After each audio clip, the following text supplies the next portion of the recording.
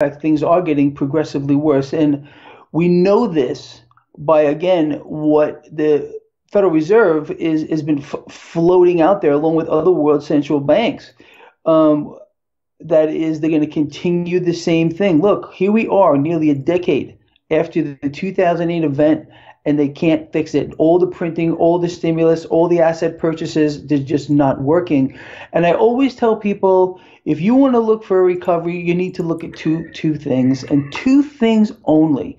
And one of them is the labor force participation rate, which remains at a near historic low, and the money velocity, that's the rate at which cash is moving through our economy, also near a historic low. We cannot have, no matter how much sunshine they want to blow up the crack of everyone, it's not going to work without having these two metrics moving higher. It doesn't matter what they tell us, what they try to sell us, what they try to force feed us. We just are not having a recovery here. In fact, things are deteriorating. Look at the inner cities. Look at the social unrest. It's getting worse. It's not getting better here. It's the distortions across the financial spectrum that is killing the middle class. Look, the lower class of people, they're already broken, poor, and destitute. These people, it's a very sad state of affairs.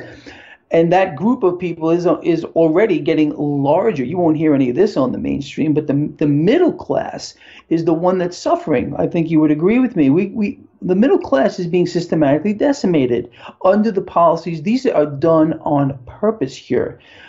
These suppressed interest rates have robbed savers for nearly a decade now. And the Federal Reserve is talking about continuing that even longer, making the economy, quote unquote, run hot. That means allowing inflation to creep in while suppressing interest rates.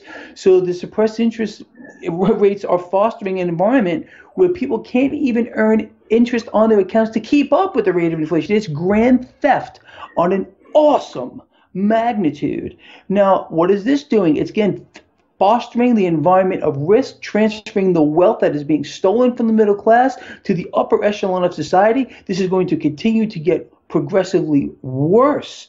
The bubble in the stock market is being inflated on the back of a debt bubble. These are going to correct to fair value, and people, the middle class, is going to be wiped out here. There's no recovery whatsoever, zero. And all they have done is inflated a debt bubble, which is the greatest threat to humankind because it's going to burst and create a resource problem. It's going to be biblical when this happens. But until that moment, there's opportunities for us to get ourselves on the right track financially. That is, number one, bet against this debt by hoarding a hard asset and becoming your own central bank. Same thing, by hoarding a hard asset. We understand what's going on. It's unbelievable. Deutsche Bank, for example, they just got fined a pathetically small $38 million for admitting to rigging the silver market. $38 million.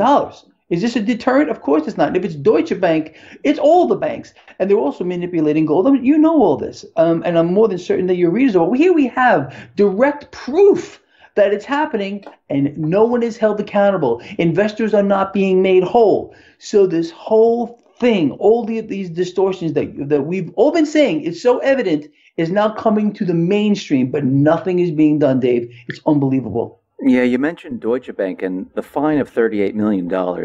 I mean, that's just a drop in the bucket. I mean, that is nothing compared to what they've done. Do you think, I know there's other banks involved, but this must go all the way up to the central bank. There's no way that it just stops with Deutsche Bank or Nova Scotia or HSBC. Well, it's interesting the way that you're saying that, because exactly what I have been saying recently. Look, these institutions would not be doing this. They would not be deliberately suppressing the price of gold and silver if it were not for the central banks wanting them to do this. And this is why they get hit with this $38 million fine. You've got to be kidding me. First of all, where's the fine go? And number two, since they admitted to fraud, it's a criminal act, how have the investors, I'm more than certain that a lot of your listeners are investors in gold and silver, how are they being made whole? We're not. And Yeah. no one opens their mouth, no one says anything, because they know nobody will. It's a shame. So if you're sitting here and you're listening to this, start to get the word out there. Share this particular video. Let people understand that, look, we have direct proof of this. You and I, Dave, have been saying this for years, and now we have proof of it. And still, look, nothing's happening. As a matter of fact, silver ended the day lower today in trading. If these things were allowed to achieve their fair value, they would be multiples higher, multiples higher. But again, it comes back to the paper game that the Federal Reserve wants every single person, and they do not want you out of their realm of control. They want to control you by having you in their game, in their paper market, their debt-based economic model. If you're holding a hard asset, you're outside. They don't want you outside. They want to control you. That's what it's all about. That's what this whole thing is all about. Do you think the Fed at this point, I mean, they haven't done it all year. They just keep talking about it, about raising the interest rates. Do you think they're going to end up actually raising the interest rates by the end of this year? It's unbelievable, isn't it, that we keep hearing about it over and over again, and more Fed presidents coming out and saying, oh, it's going to happen soon, maybe this time, maybe this time. We keep hearing the same rhetoric right now, so you're right. December, they keep talking about raising the federal funds rate 25 basis points.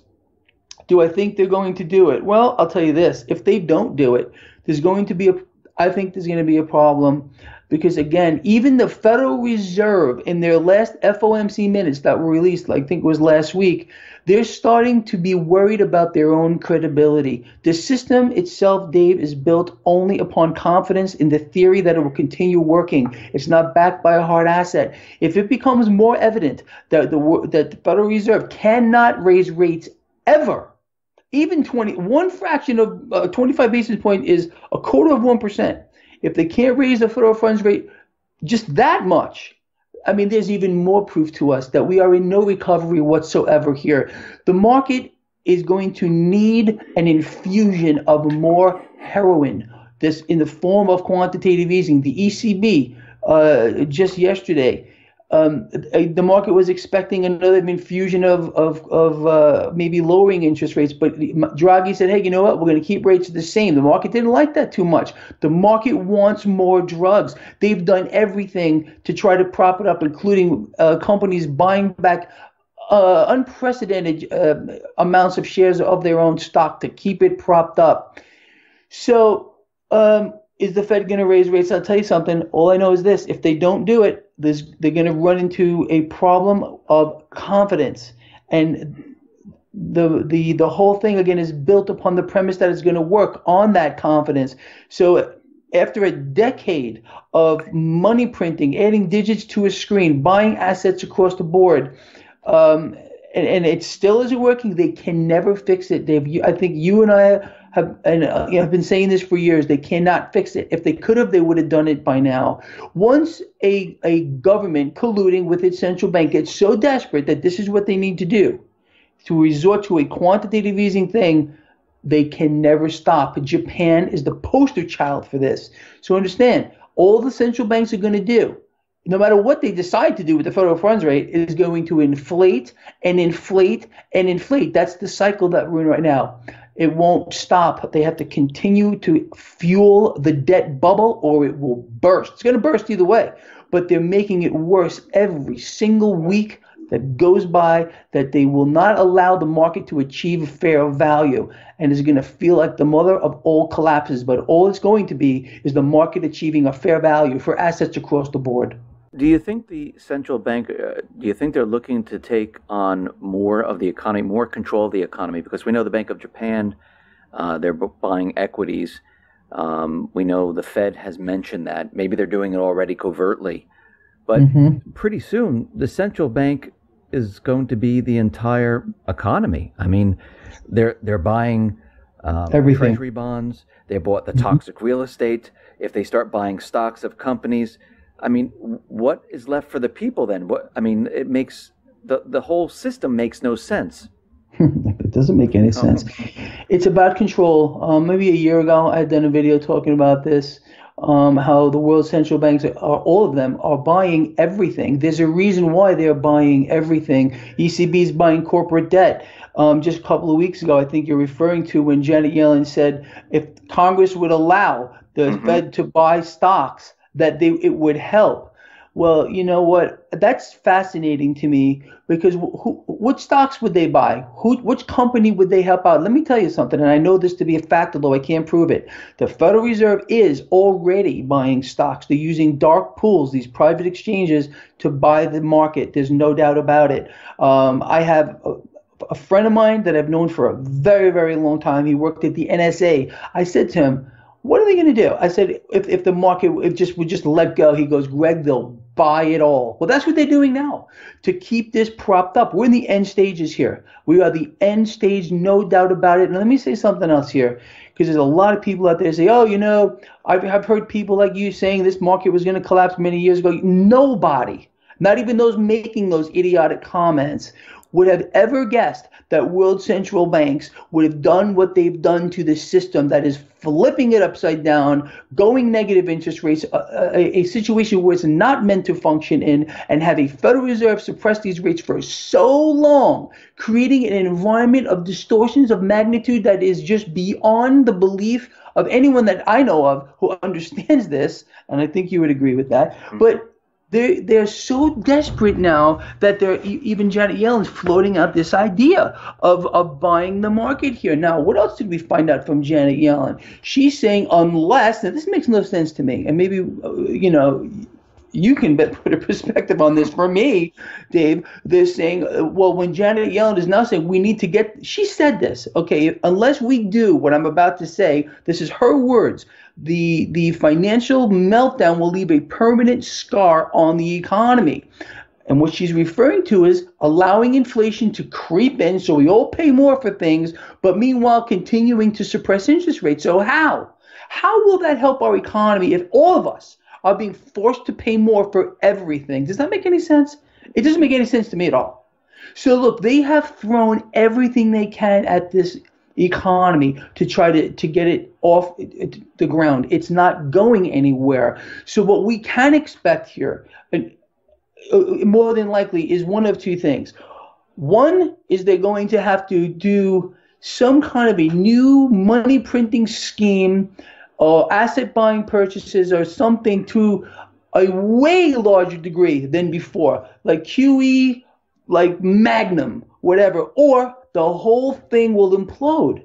Now, we already understand we're at $20 trillion worth of debt here. It took 225 odd years to build the first half of that debt. We have double that under Obama in the last 8 years. Now, in order to sustain where we are, just where we are now, they would have to double the debt again in less time.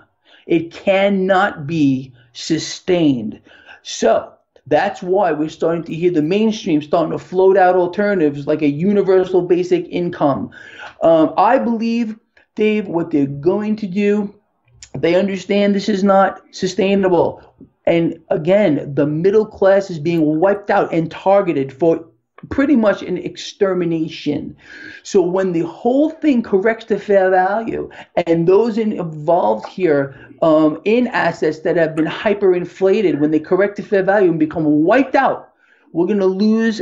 Well, we'll end up being in a Great Depression environment to a very high degree, way worse than the last Great Depression here, and the government's going to step in, and they're going to say, "Hold on, we have a new deal for you. We have a solution, and that is more control." Like you referred to before, Obamacare was the first step in getting control of our lives. The next step is going to be the government's going to say, "Okay, now everything came apart. We're going to allow you a living. We're going to give you a basic income. So then they get to dictate every single aspect of our lives. We're at a pivotal point here, Dave. And if people don't get out there and vote, this is exactly what's going to happen if we end up with Hillary Clinton in office. Greg, I completely agree with you with this universal basic income. I think they floated out helicopter money, and that was a one-off thing. And they realize, that's not going to be enough. And we need something more where we can get people to spend. Because I think that's one of the biggest things where they have a problem is that people, as they're losing their jobs and not making as much money, or just losing their jobs and getting part-time jobs, they don't have the funds to go out and purchase the goods. And they can't control that. They can manipulate all the other numbers like the stock market, the precious metals market, GDP, unemployment. But getting people actually to go out and spend money, that's difficult to do. And we can see that's been a problem for them. And what this does, and like you said, once they do this and they decide to give a certain amount to every single person every month, they have you. Because if you don't do what they say, guess what? Your funds stop. Just like health insurance. You have Obamacare, which is a complete disaster.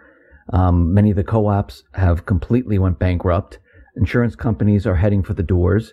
Premiums are rising. You have a penalty if you don't take the insurance. So it doesn't matter which way you go, you lose. And they're just trying to control us in every aspect right now. And if you don't listen to what they say, they pull something. And this is exactly what we're seeing. And you mentioned the elections. Go ahead. Yeah, you're absolutely right. Everything you're saying is so clear to anyone that has even one functioning brain cell. But there are so many people out there that believe that a utopian society can be only achieved if the government controls every aspect of our lives or has more control over our lives. I mean, come on. Do people just not read their history books? Have they been that dumbed down? Look, without a free society, we're done. We're absolutely done. We're being forced to buy a product produced by our government right now, which controls a major part of our lives. That is our healthcare. Look, it's so simple to see what the next few steps are here, and they are trying desperately to get Hillary Clinton into office. She's the status quo. She's going to make sure this follows the same path that they've been on, only worse. We'll get a changing of the guard at the Supreme Court here, more infringement upon our rights and our freedoms. And so many people are willing to give it up. They're just willing to do that because they believe, again, that a utopian society can only be created if the government controls your life. How? Frankly, stupid can people be? But I guess you can never be more surprised. I tell you, it's going to be interesting over the next, few months here when we get a new president and to see where this all goes. Yeah, you mentioned the elections, and we were talking briefly before we started recording about what might happen. And there's many different theories that are out there. But I see two right off the bat. I mean, they keep mentioning Russia cyber attacks. We can see right now if the popular vote, because there's two, I don't think many people realize this, that there's the popular vote coming from the people that's tabulated, and then you have the Electoral College, which is completely separate and apart. And sometimes the two don't work together, where the people say, I want this candidate, but the Electoral College says, oh, no, you're going to take this person, and they vote that person into office. So when you really think about it, do the people actually have a choice? I don't know. I don't know if they really make an impact on the elections because it's really left to others if it doesn't go the way they want. And if it doesn't go the way they want, let's say, for instance, during the elections, during that evening where everyone's watching, Trump is pulling ahead with the popular vote. I mean, if it's close by 1,000 or 500 or 10,000, people are going to be like, oh, okay, it was close, so the Electoral College said, okay, Hillary Clinton's the winner. But if Trump is ahead by 100,000 or 150,000, and they decide to put Hillary in, I can see the people getting very angry on the streets. I can see that people would be very pissed off because you're not following the will of the people at this point. You're deciding to do something completely different. And I believe that we would then see most likely riots in the street. And I think the government actually would like this. They would like to use force and to declare maybe a state of emergency, martial law within the United States. You know, they've been preparing for this for a very, very long time. This is why, and I've been yelling about this for years and years now. I ask people, tell me why you believe that the police in every state have been militarized, military weapons, military tactics, military training. They don't even look like police officers anymore. They look like a combat battalion moving into neighborhoods. It's unbelievable. So it's all about control. This is how the few have controlled the many throughout the beginning of time. And unfortunately, we're seeing it unfold now, and I think you're absolutely correct. Look, I've been hearing things about, possible National Guard mobilization around the time of the election. I mean, maybe they're getting ready for something.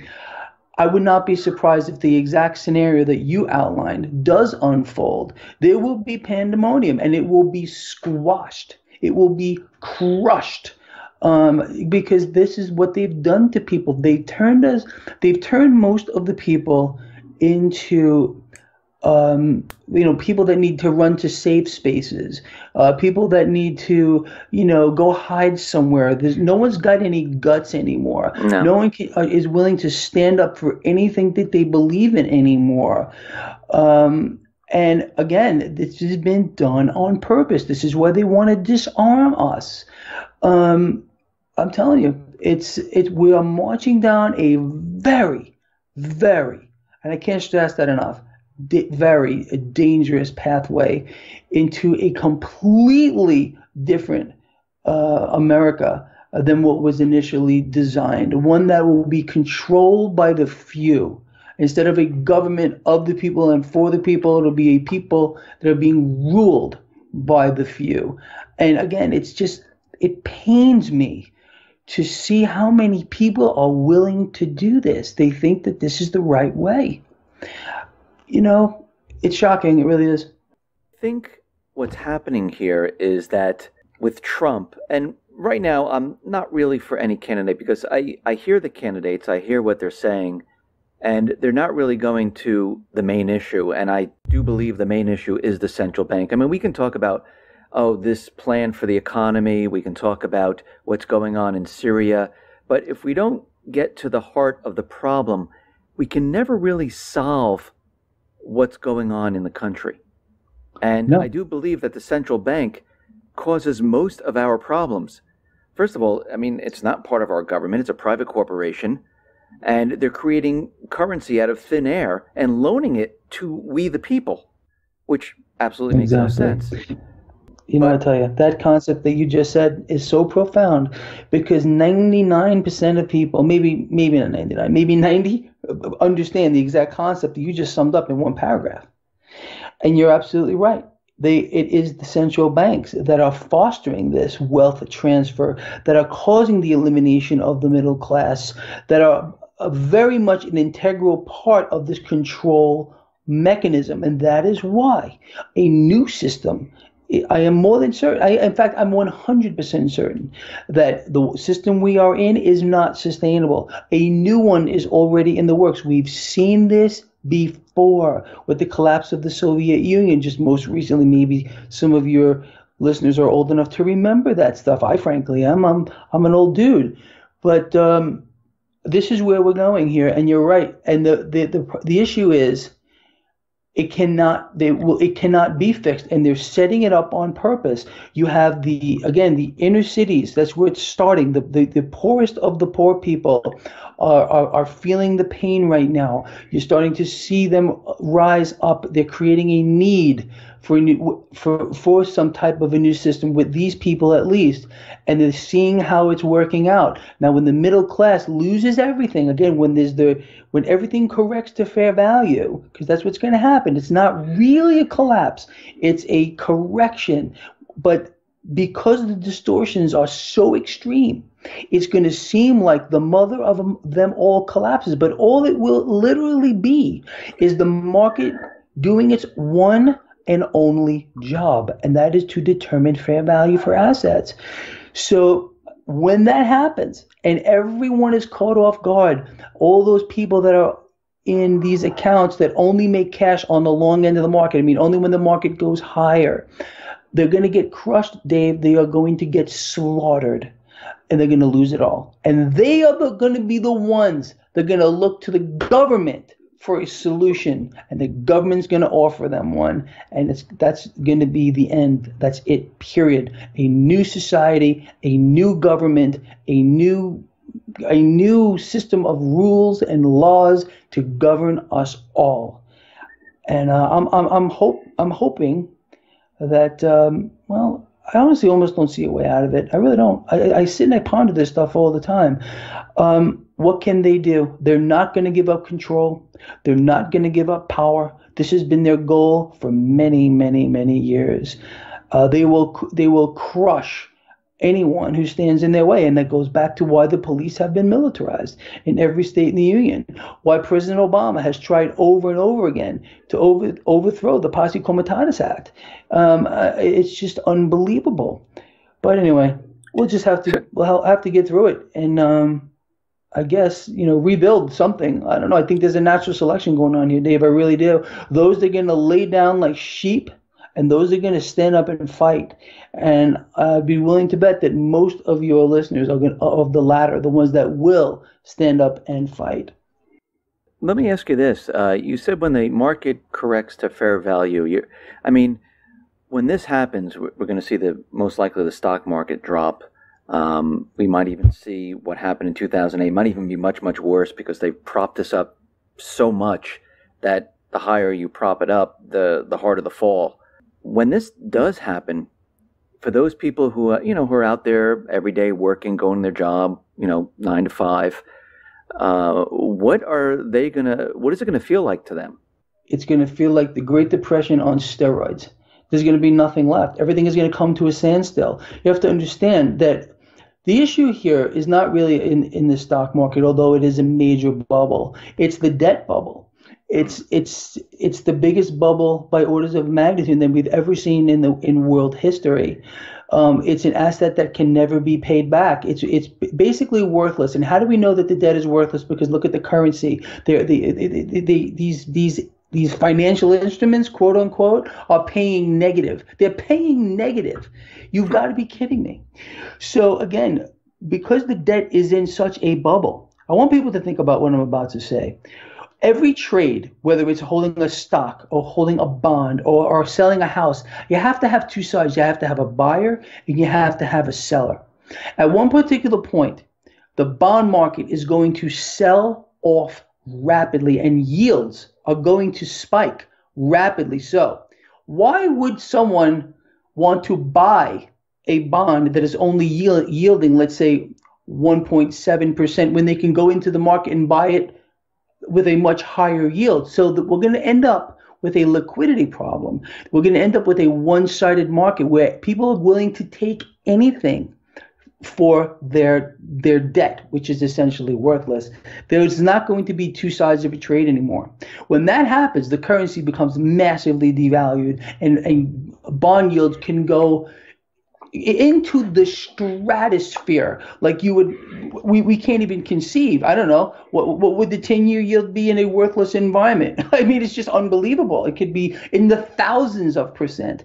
Then all of this cash will rush out of the bond market as people run for the door, but there's going to be no takers on the other side. When that happens, again, as bond yields spike in the same way that these low yields have inflated a stock market bubble, it reprices everything. Every single asset, including a home, derives its value from what is occurring in the bond market. So if the bond market sells off rapidly, yields spike to who knows where, the stock market will be melted down, and within a matter of a very short period of time, it could lose 90% of its value. I mean, you can't even speculate. No one can. But all of this cash here is going to simply seek for somewhere to go. It doesn't go into money heaven. It's going to go into commodities, Dave. And there's why we're going to end up with a resource problem, because the worthless currency isn't going to be able to buy anything anymore.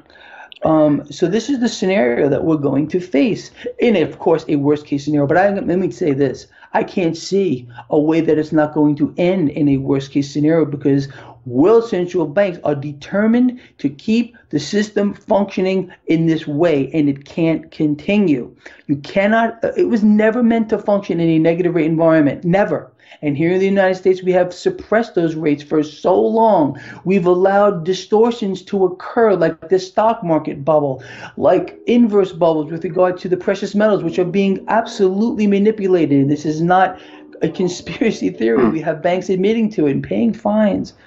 So you can understand where this is going to go. People are going to lose. You won't be able to go to work. You can imagine that everything will shut down. There'll be no credit. No credit. You'll have to have something in hand to get something. You won't be So able to people won't be function. able to use their credit cards at all. No credit cards. The ATMs won't work. Businesses will not be able to borrow to function.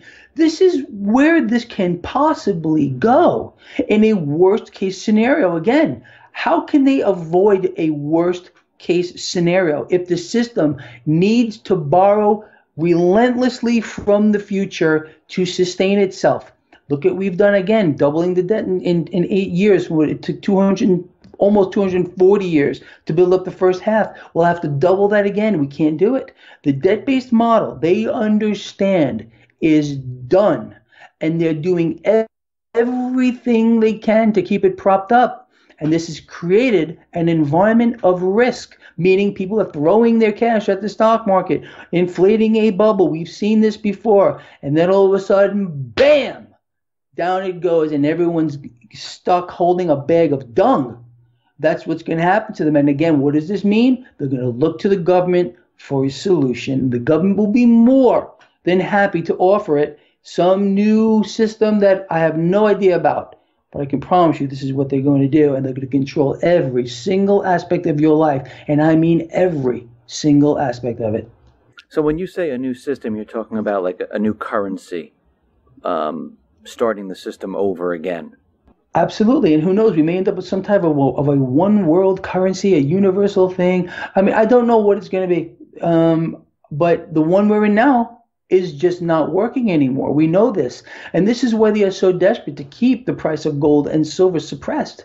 And why they will continue to do it, while we're going to hear more banks coming out paying fines while the investors aren't made whole. And everyone's going to sit back like little sheep and do nothing about it. Who went to jail over the suppression of in Deutsche Bank? No one. Nobody.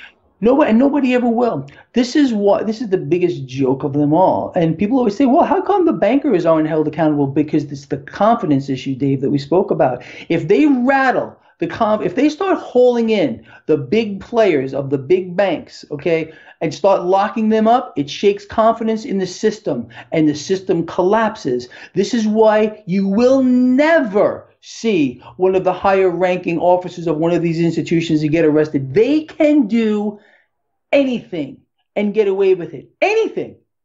It's just the way it is. Look at Morgan Stanley. What's happening to them? Yeah, so their stock's taking a hit. Big freaking deal.